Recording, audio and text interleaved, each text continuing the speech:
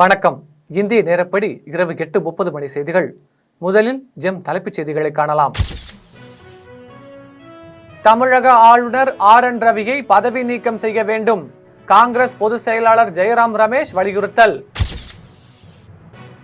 துணை முதலமைச்சராக திமுகவில் வேறு எவருக்கும் தகுதியில்லையா? அதிமுக முன்னாள் அமைச்சர் ஜெயக்குமார் கேள்வி.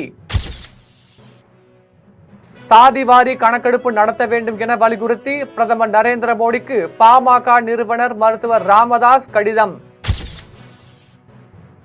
இலங்கையின் 3வது பெண் பிரதமராக ஹரிணி அமரசூரிய பதவியேற்பு. ஆந்திரா ஒடிசா இடையே புதிய புயல் சின்னம் உருவாகி உள்ளதால் தமிழகத்தில் 29ஆம் தேதி வரை மழைக்கு வாய்ப்பு. சென்னை வானிலை ஆய்வு மையம் தகவல். இனி விரிவான செய்திகளை காணலாம். தமிழக ஆளுநர் RN ரவியை பதவி நீக்கம் செய்ய வேண்டும் என காங்கிரஸ் பொதுச் செயலாளர் ஜெயராம் ரமேஷ் தெரிவித்துள்ளார். கன்னியாகுமரி மாவட்டம் திருவட்டாறு பகுதியில் நடைபெற்ற இந்து தர்ம வித்யா பீடம் பட்டமளிப்பு விழாவில் கலந்து கொண்ட தமிழக ஆளுநர் RN ரவி மத சார்பின்மை குறித்து பேசியுள்ளது சர்ச்சையை கிளப்பியுள்ளது.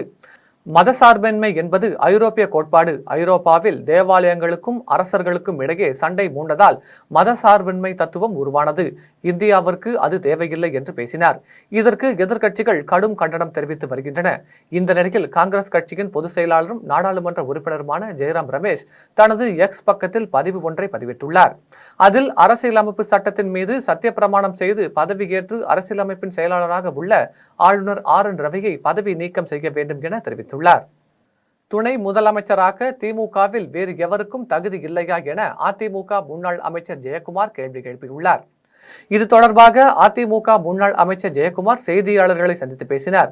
அப்போது இலங்கை கடற்படையினரால் தமிழக மீனவர்கள் சிறைப்பிடிக்கப்படும் போது அரசு வேடிக்கை பார்க்கிறது என்றும் மீனவர்களின் வாழ்வாதாரமான படகுகள் பறிமுதல் செய்யப்படுகிறது என்றும் தெரிவித்தார்.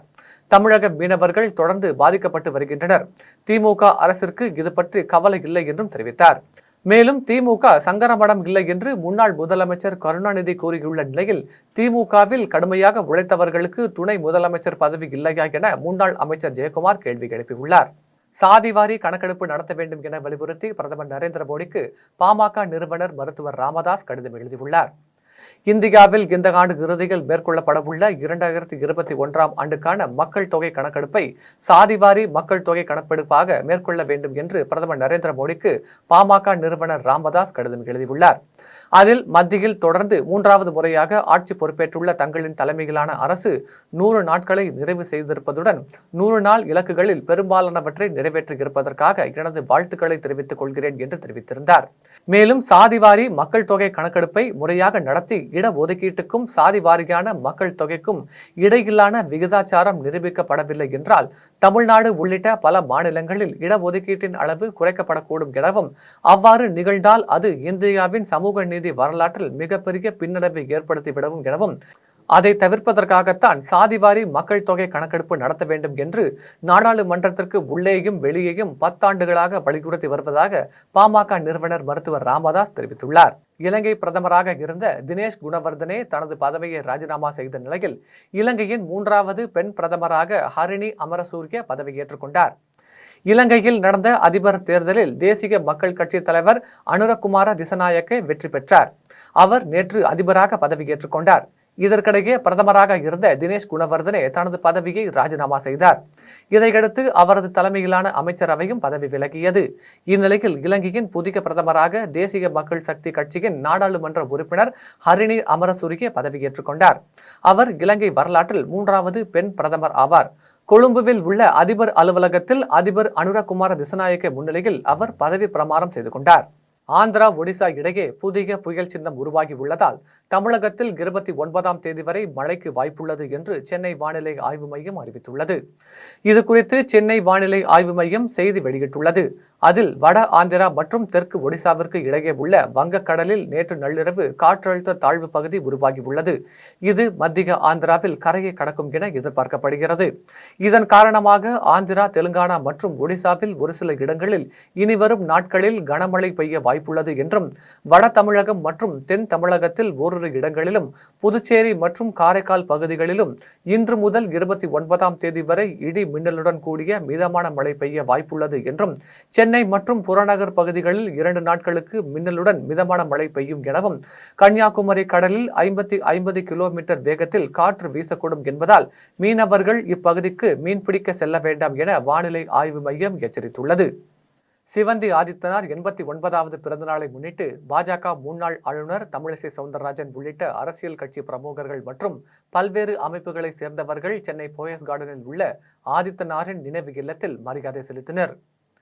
சிவந்தி ஆதித்தனாரின் 89வது பிறந்தநாளை முன்னிட்டு சென்னை போயஸ் கார்டனில் உள்ள அவரது நினைவு இல்லத்தில் அவரது குடும்பத்தினர் மலர் தூவி மரியாதை செலுத்தினர். அதனைத் தொடர்ந்து பாஜக ஒருங்கிணைப்பு குழு தலைவர் ராஜா, பாஜக முன்னாள் ஆளுநர் தமிழிசை சவுந்தரராஜன் உள்ளிட்ட அரசியல் கட்சி தலைவர்கள் மாலை அணிவித்து மரியாதை செலுத்தினர். அதனைத் தொடர்ந்து தமிழ் மாநில காங்கிரஸ் தலைவர் கே வாசன், அதிமுக முன்னாள் நிர்வாகி புகழேந்தி, அதிமுக முன்னாள் அமைச்சர் மாஃபா பாண்டியன், அதிமுக முன்னாள் அமைச்சர் ஜெயக்குமார், தமிழ்நாடு காங்கிரஸ் கமிட்டி முன்னாள் தலைவர் திருநாவுக்கரசர் உள்ளிட்ட அரசியல் கட்சியை சார்ந்தவர்கள் மலர் தூவி மரியாதை செலுத்தினர். அதனைத் தொடர்ந்து தமிழக வெற்றிக் கழகம் சார்பில் புசி ஆனந்த், விசிக துணை பொதுச் செயலாளர் வன்னிகரசு, விசிக சட்டமன்ற உறுப்பினர் SS பாலாஜி மற்றும் வணிகர் பேரவை விக்ரமராஜா உள்ளிட்ட பல்வேறு அமைப்பினர் மாலை அணிவித்து மலர் தூவி மரியாதை செலுத்தினர். தமிழகத்தில் எந்த மர்ம காய்ச்சலும் தற்போது இல்லை என மருத்துவத்துறை அமைச்சர் மா. சுப்பிரமணியம் தெரிவித்துள்ளார். சென்னை சின்னப்போரூர் அரசு பெண்கள் மேல்நிலைப் பள்ளியில் மதுராவாய்க்கால் தொகுதிக்குட்பட்ட 9 அரசு பள்ளிகளில் பயிலும் 1480 மாணவ மாணவிகளுக்கு விலையில்லா மிதிவண்டிகள் வழங்கும் நிகழ்ச்சி நடைபெற்றது. மேலும் அரசு பள்ளிகளில் முதல் 3 இடங்களை பிடித்த மாணவ மாணவிகளுக்கு 10,000, 5,000 மற்றும் 2,000 ரூபாய் என வரிசைகள் நிதி மற்றும் பரிசுகள் வழங்கப்பட்டன. மதுரவாயல் MLA கணபதி தலைமையில் நடைபெற்ற நிகழ்ச்சியில் மருத்துவத்துறை அமைச்சர் மா. சுப்பிரமணியம் சிறப்பு விருந்தினராக பங்கேற்று திட்டத்தை தொடங்கி வைத்தார். பின்னர் செய்தியாளர்களிடம் பேசிய அமைச்சர் மா. சுப்பிரமணியம், கேரள தமிழக எல்லைகளான 17 பகுதிகளில் சுகாதாரத்துறையின் நிபா வைரஸ் காய்ச்சல் தடுப்பு நடவடிக்கைகள் மேற்கொள்ளப்பட்டு வருவதாகவும், குரங்கம்மை நோய்க்கென தமிழகத்தில் சிறப்பு வார்டுகள் தயார் நிலையில் உள்ளதாக தெரிவித்த அவர், தற்போது தமிழகத்தில் எந்த மர்ம காய்ச்சலும் இல்லை என்று கூறினார். மேலும் மழைக்காலம் வருவதால் தண்ணீர் தேங்காத வகையில் நடவடிக்கை எடுக்கப்பட்டு வருவதாகவும் அமைச்சர் கூறினார். மர்ம காய்ச்சல் எதுவும் இல்லை. சுகாதாரத்துறையின் சார்பில் எடுக்கப்பட்ட நடவடிக்கைகள் நாடறியும். கடந்த ஒரு 15-20 நாட்களுக்கு முன்னால் கூட தமிழ்நாட்டில் வேறு எப்போதுமே இல்லாத அளவுக்கு தமிழ்நாட்டின் சுகாதாரத்துறை, ஊரக உள்ளாட்சித்துறை, நகர்ப்புற உள்ளாட்சித்துறையின் மாவட்ட அளவிலான அதிகாரிகள், மாநில அளவிலான அதிகாரிகளுடனான ஒரு கூட்டம் நடத்தி எல்லா இடங்களிலேயுமே இந்த கொசு தடுப்பு நடவடிக்கைகளுக்கும் மழைக்காலங்களில் தண்ணீர் தேங்காதவாறு எடுக்க வேண்டிய முன்னெச்சரிக்கை நடவடிக்கைகள் குறித்தும் கலந்து ஆலோசிக்கப்பட்டது. இந்த கூட்டங்கள் நடத்தப்படுவது என்பது இந்த ஆட்சி அமைந்ததற்கு பிறகுதான் கடந்த ஆண்டும் இந்த ஆண்டும் நடத்தப்பட்டு கொண்டிருக்கிறது. அந்த வகையில் அதனால்தான் இப்போ டெங்கு போன்ற இந்த காய்ச்சல் பாதிப்புகள் என்பது கட்டுப்பாட்டில் இருக்கிறது. தமிழக மீனவர்களை மொட்டையடித்து அவமானப்படுத்திய இலங்கை அரசை கண்டித்து ஆர்ப்பாட்டம் நடத்த உள்ளதாக வீரமணி தெரிவித்துள்ளார். திராவிடர் கழக தலைவர் வீரமணி வெளியிட்டுள்ள அறிக்கையில், தமிழக மீனவர்களை கைது செய்து சிறையில் அடைக்கும் முறைகளை தாண்டி மேலும் கடுமையாக அவர்களது தலையை மொட்டையடித்து அவமானப்படுத்தும் மனிதநேயமற்ற செயலையும் இலங்கை அரசு செய்துள்ளது. இதனை கண்டித்து நமது மீனவர்கள் வாழ்வுரிமை பிரச்சினையை காக்கும் வகையில் மத்திய அரசை வலியுறுத்தி இலங்கை அரசை கண்டித்து ஒரு மாபெரும் கண்டன ஆர்ப்பாட்டம் நாகையில் வரும் 1ஆம் தேதி நடைபெற உள்ளதாகவும், அந்த ஆர்ப்பாட்டத்தில் திமுக முதல் அத்தனை தோழமை கூட்டணி கட்சிகளின் முக்கிய பொறுப்பாளர்கள், அப்பகுதி நாடாளுமன்ற உறுப்பினர்கள், சட்டமன்ற உறுப்பினர்கள் உட்பட அனைவரும் கலந்து கொள்ளுமாறு அவர் கேட்டுக் கொண்டுள்ளார். கேரளாவில் பாலியல் குற்றச்சாட்டுகளுக்குள்ளான பிரபல நடிகரும் கொல்லம் தொகுதி கம்யூனிஸ்ட் சட்டமன்ற உறுப்பினருமான நடிகர் முகேஷ் கைது செய்யப்பட்டார். கேரள மாநிலத்தில் ஹேமா கமிட்டியின் அறிக்கை வெளியானதை தொடர்ந்து நடிகர்கள் முகேஷ், சித்திக், ஜெயசூர்யா உள்ளிட்டோர் மீது பாலியல் குற்றச்சாட்டுகளுக்கு காவல்துறையினர் வழக்கு பதிவு செய்தனர். அவர்கள் நீதிமன்றங்களை நாடி முன்ஜாமீன் பெற்றிருந்த நிலையில் கைது நடவடிக்கை நடைபெறவில்லை. இந்த நிலையில் நடிகர் சித்திக்கின் முன்ஜாமீன் மனுவை கேரள உயர்நீதிமன்றம் நிராகரித்ததை தொடர்ந்து நடிகர் சித்திக்கை காவல்துறையினர் கைது செய்ய உள்ளனர். இதேபோல் முகேஷ் மீது நடிகை ஒருவர் பாலியல் குற்றம் சாட்டியிருந்த நிலையில் இதுகுறித்து விசாரணை கொல்லம் கடலோர காவல் நிலையத்தில் நடைபெற்றது.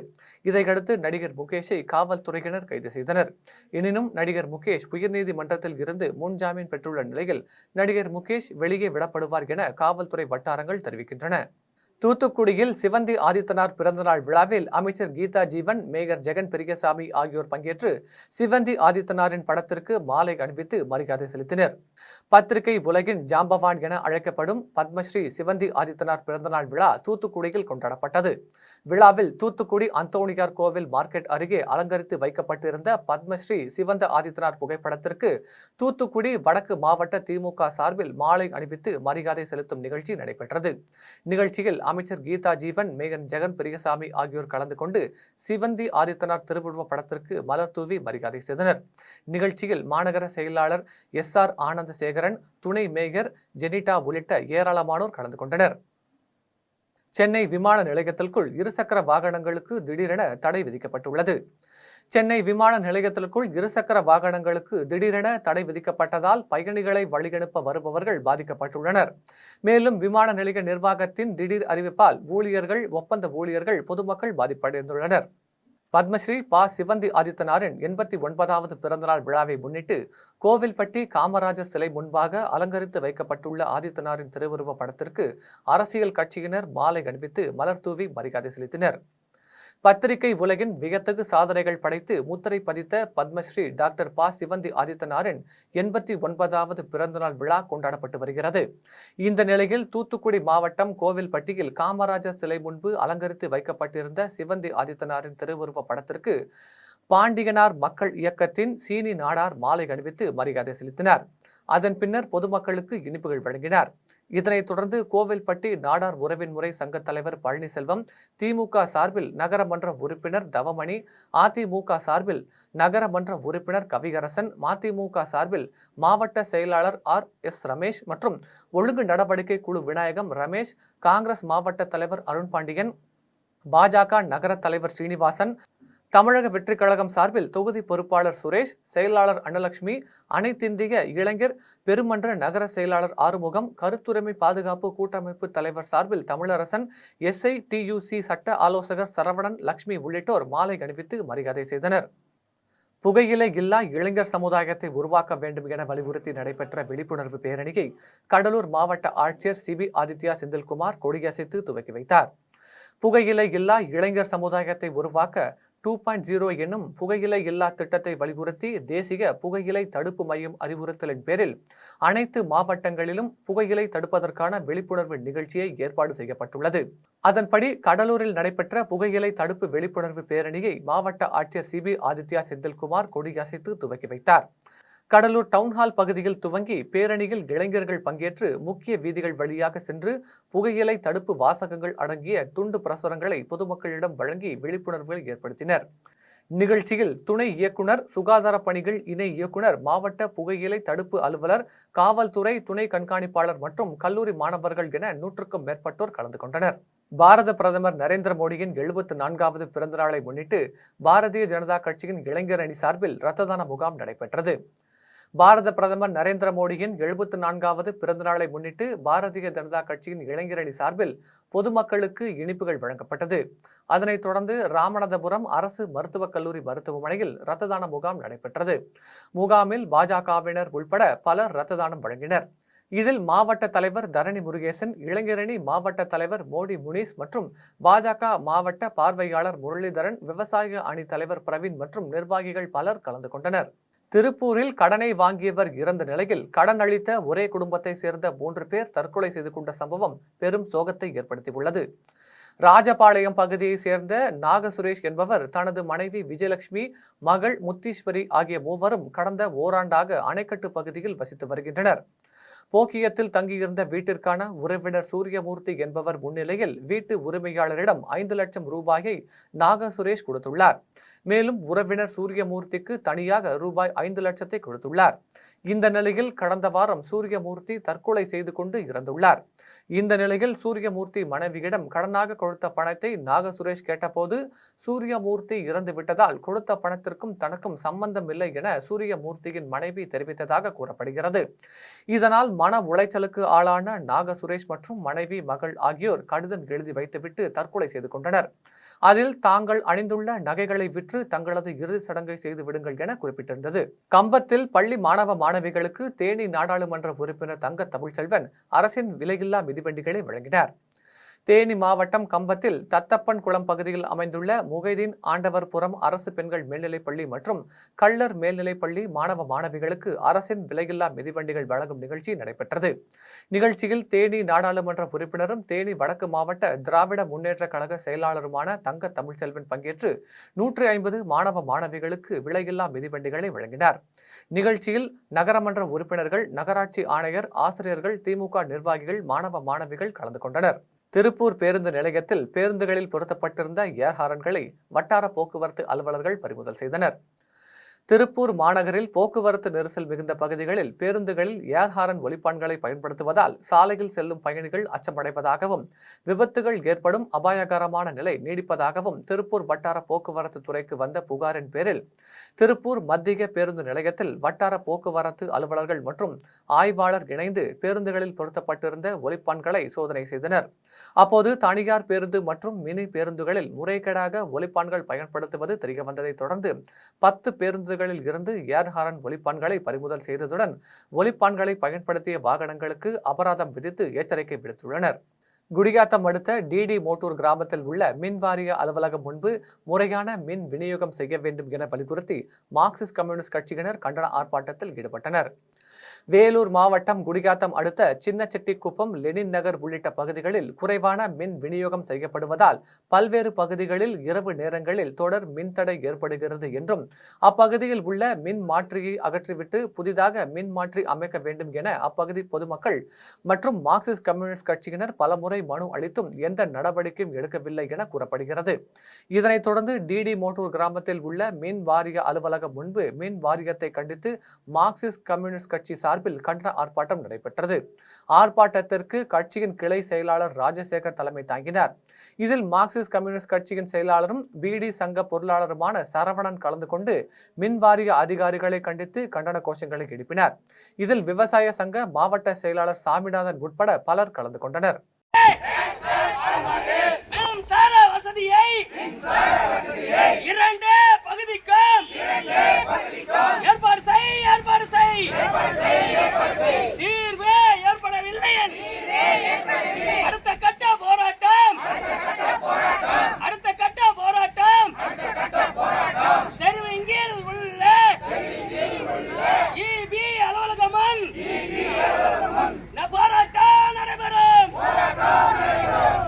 இந்திய அணியின் கூட்டு முயற்சிக்கு 2 தங்கப் பதக்கங்கள் கிடைத்துள்ளது என்று சென்னை விமான நிலையத்தில் கிராண்ட் மாஸ்டர் குகேஷ் தெரிவித்துள்ளார்.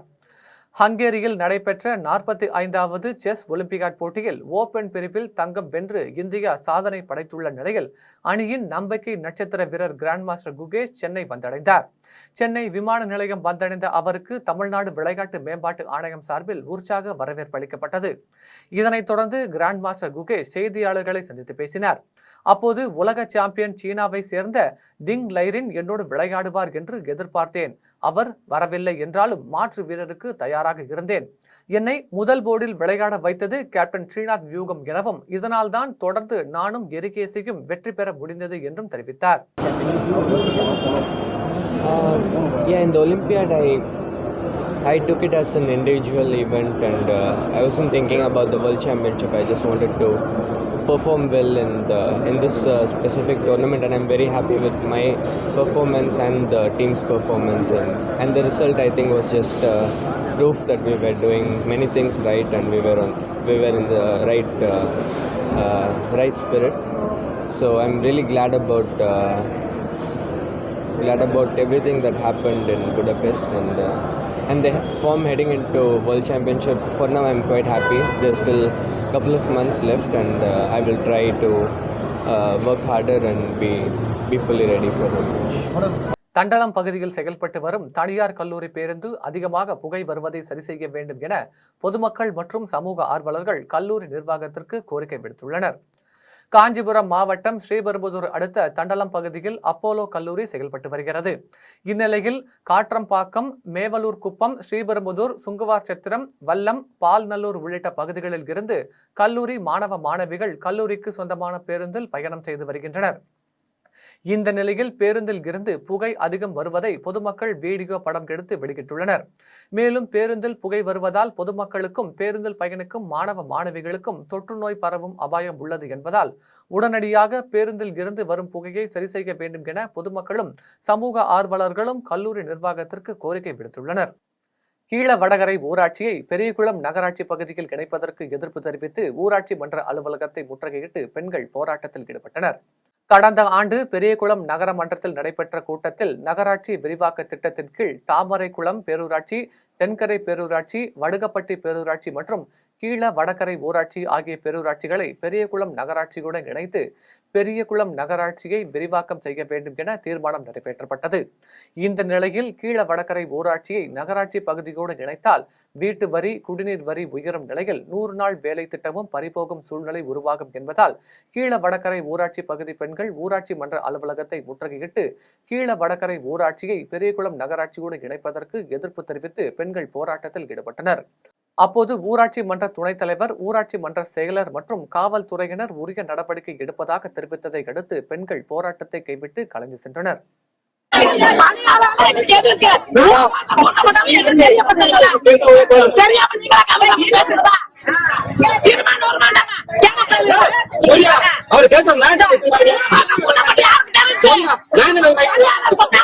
கட்சிக்காரன் சொன்னாரா, பரசல் சொன்னாரா, தலைவர் சொன்னாரா, யார் சொன்னது? நீங்களா கூட்டப்பட்டு நீங்களா பேசுகிறா. குலசேகரப்பட்டினம் முத்தாரம்மன் திருக்கோவிலில் தசரா திருவிழா நடைபெற உள்ளதை முன்னிட்டு முன்னேற்பாடு பணிகள் குறித்து மாவட்ட ஆட்சியர் இளம் பகவத் நேரில் பார்வையிட்டு ஆய்வு செய்தார். உலக புகழ்பெற்ற குலசேகரப்பட்டினம் தசரா திருவிழா மைசூருக்கு அடுத்தபடியாக பிரபலமாக கொண்டாடப்பட்டு வருகிறது. திருவிழாவை காண வெளிநாடுகள், வெளி மாநிலங்களில் இருந்து சென்னை, கோவை, கன்னியாகுமரி, திருநெல்வேலி, தூத்துக்குடி மாவட்டங்களில் இருந்தும் ஏராளமான பக்தர்கள் வருகை தருகின்றனர். மேலும் திருநெல்வேலி, கோவை, தூத்துக்குடி மாவட்டத்தை சேர்ந்த ஏராளமான பக்தர் காளியம்மன், முருகன், சிவன் உள்ளிட்ட பல்வேறு வேடமிட்டு திருவிழாவிற்கு வருகை தருகின்றனர். சிறப்பு வாய்ந்த குலசேகரன்பட்டினம் தசரா திருவிழா அக்டோபர் 3ஆம் தேதி கொடி ஏற்றத்துடன் தொடங்குகிறது. திருவிழாவின் சிகர நிகழ்ச்சியான சூரசம்ஹாரம் 12ஆம் தேதி குலசேகரப்பட்டினம் கடற்கரையில் நடைபெறுகிறது. இந்த நிலையில் குலசேகரன்பட்டினம் முத்தாரம்மன் கோவில் தசரா திருவிழாவிற்கான முன்னேற்பாடு பணிகள் குறித்து தூத்துக்குடி மாவட்ட ஆட்சியர் இளம் பகவத் நேரில் ஆய்வு செய்து அதிகாரிகளிடம் கேட்டறிந்தார். திருவள்ளூர் அருகே 2 இருசக்கர வாகனங்கள் நேருக்கு நேர் மோதிய விபத்தில் 2 பேர் உயிரிழந்த சம்பவம் சோகத்தை ஏற்படுத்தியுள்ளது. திருவள்ளூர் மாவட்டம் ஆர்கேபேட்டை அருகே வெடியங்காடு புதூர்மேடு கிராமத்தை சேர்ந்தவர் மகேந்திரன். இவர் 100 நாள் வேலை பணிக்கு செல்வதற்கு தனது இருசக்கர வாகனத்தில் வீட்டில் இருந்து கீரைசாத்து கிராமத்திற்கு சென்று கொண்டிருந்தார். அப்போது ஆர்கேபேட்டையில் கோழிக்கறி கடையில் வேலை பார்த்து வரும் வேலூர் மாவட்டம் காட்பாடியை சேர்ந்த உசேன் என்ற இளைஞர் வேலைக்கு தனது இருசக்கர வாகனத்தில் சோளிங்கர் நோக்கி சென்று கொண்டிருந்தார். அப்போது புதூர்மேடு தொடக்க வேளாண்மை கூட்டுறவு கடன் சங்கம் அருகில் 2 இருசக்கர வாகனங்கள் நேருக்கு நேர் மோதிக்கொண்ட விபத்தில் மகேந்திரன் மற்றும் உசேன் ஆகிய இருவரும் சம்பவ இடத்திலேயே உயிரிழந்தனர். இதுகுறித்து தகவல் அறிந்து வந்த போலீசார் இறந்தவர்களின் சடலங்களை மீட்டு அரசு மருத்துவமனைக்கு அனுப்பி வைத்து விசாரணை மேற்கொண்டு வருகின்றனர். காட்டுமன்னார் கோவில் அருகே உள்ள மே ஆதனூரில் நத்தனார் குரு பூஜை விழா நடைபெற்றது. கடலூர் மாவட்டம் காட்டுமன்னார் கோவில் அருகே மே ஆதனூர் கிராமத்தில் திருநாளை போவார் நத்தனார் குரு பூஜை விழா நடைபெற்றது. டாக்டர் அன்புச்செல்வன் முன்னிலையில் நடைபெற்ற விழாவில் மதுரை தங்கராஜ், அனைத்து கட்சி பிரமுகர்களும், சிவனாடியார் பெருமக்களும் சிறப்பு அழைப்பாளர்களாக கொண்டு விழாவை சிறப்பித்தனர். விழாவின் முன்னதாக காலையில் கணபதி ஹோமம் நடைபெற்றது. அதனைத் தொடர்ந்து மங்கள வாத்தியங்கள் முழங்க முளைப்பாரி சாமி சன்னதி சுற்றி எடுத்துச் சென்று ஆற்றில் கரைத்தனர். விழாவில் தில்லை மோகன்தாஸ் குழுவினரின் இன்னிசை கச்சேரி நடைபெற்றது. விழாவில் கலந்து கொண்ட அனைவருக்கும் அன்னதானம் வழங்கப்பட்டது. நந்தனார் குரு பூஜை விழாவிற்கு ஏற்பாடுகளை மே ஆதனூர் ஊராட்சி மன்ற தலைவர் மகேஸ்வரி நாகராஜன் மற்றும் பிரம்மஸ்ரீ பரமகுரு சிற்பி ஆகியோர் சிறப்பாக செய்திருந்தனர். தமிழகத்தின் பல்வேறு பகுதிகளில் நடைபெற்ற நிகழ்வுகளை தற்போது சிறிய தொகுப்புகளாக காணலாம். பத்திரிகையாளர் பத்மஸ்ரீ ப. சிவந்தி ஆதித்தனார் அவர்களின் பிறந்தநாள் கொண்டாடப்பட்ட நிலையில் அமமுக பொதுச் செயலாளர் டிடிவி தினகரன் சார்பில் சென்னையில் உள்ள அவரது இல்லத்தில் அமைக்கப்பட்டிருந்த திருவுருவ படத்திற்கு மாலை அணிவித்து மரியாதை செய்தனர். இதில் கழக துணை பொதுச் செயலாளரும் முன்னாள் அமைச்சருமான செந்தமிழன், செங்கல்பட்டு வடக்கு மாவட்ட செயலாளர் கரிகாலன் உட்பட மாவட்ட நிர்வாகிகள், கழக தொண்டர்கள் கலந்து கொண்டனர். அதிமுக மகளிரணி மற்றும் இளம்பெண்கள் பாசறை சார்பில் பெண்களுக்கும் சிறுமிகளுக்கும் எதிராக நடைபெறும் குற்றங்களையும் பாலியல் வன்கொடுமைகளையும் தடுக்க தவறிய, சமூக விரோத செயல்களை கட்டுப்படுத்த தவறிய திமுக அரசை கண்டித்து கண்டன ஆர்ப்பாட்டம் நடைபெற்றது. தெற்கு ரயில்வே வெளியிட்டுள்ள செய்திக்குறிப்பில் ராமேஸ்வரம் அயோத்தி இடையே இயக்கப்படும் எக்ஸ்பிரஸ் ரயில் புதிதாக கேட்டா மற்றும் பில்வாய் ரயில் நிலையங்களில் நின்று செல்லும் என தெரிவிக்கப்பட்டுள்ளது. மேலும் வரும் அக்டோபர் 5ஆம் தேதி வரை ஷாகஞ்ச் நிலையத்தில் நிற்காது என தெரிவிக்கப்பட்டுள்ளது. இதேபோன்று இன்று இரவு 10:25 மணிக்கு புறப்படும் அந்தமான் எக்ஸ்பிரஸ் ரயில் ரத்து செய்யப்பட்டுள்ளதாக அறிவிப்பு வெளியாகியுள்ளது. மீண்டும் ஜெம் தலைப்புச் செய்திகள். தமிழக ஆளுநர் RN ரவியை பதவி நீக்கம் செய்ய வேண்டும், காங்கிரஸ் பொதுச் செயலாளர் ஜெயராம் ரமேஷ் வலியுறுத்தல். துணை முதலமைச்சராக திமுகவில் வேறு எவருக்கும் தகுதியில்லையா, அதிமுக முன்னாள் அமைச்சர் ஜெயக்குமார் கேள்வி. சாதிவாரி கணக்கெடுப்பு நடத்த வேண்டும் என வலியுறுத்தி பிரதமர் நரேந்திர மோடிக்கு பாமக நிறுவனர் மருத்துவர் ராமதாஸ் கடிதம். இலங்கையின் 3வது பெண் பிரதமராக ஹரிணி அமரசூரிய பதவியேற்பு. ஆந்திரா ஒடிசா இடையே புதிய புயல் சின்னம் உருவாகி உள்ளதால் தமிழகத்தில் 29ஆம் தேதி வரை மழைக்கு வாய்ப்பு, சென்னை வானிலை ஆய்வு மையம் தகவல். இத்துடன் ஜெம் செய்திகள் நிறைவடைகின்றன. மீண்டும் ஜெம் செய்திகள் நள்ளிரவு 12 மணிக்கு. உடனுக்குடன் செய்திகளை காண ஜெம் live.tv என்ற இணையதளத்தில் இணைந்திருங்கள். நன்றி, வணக்கம்.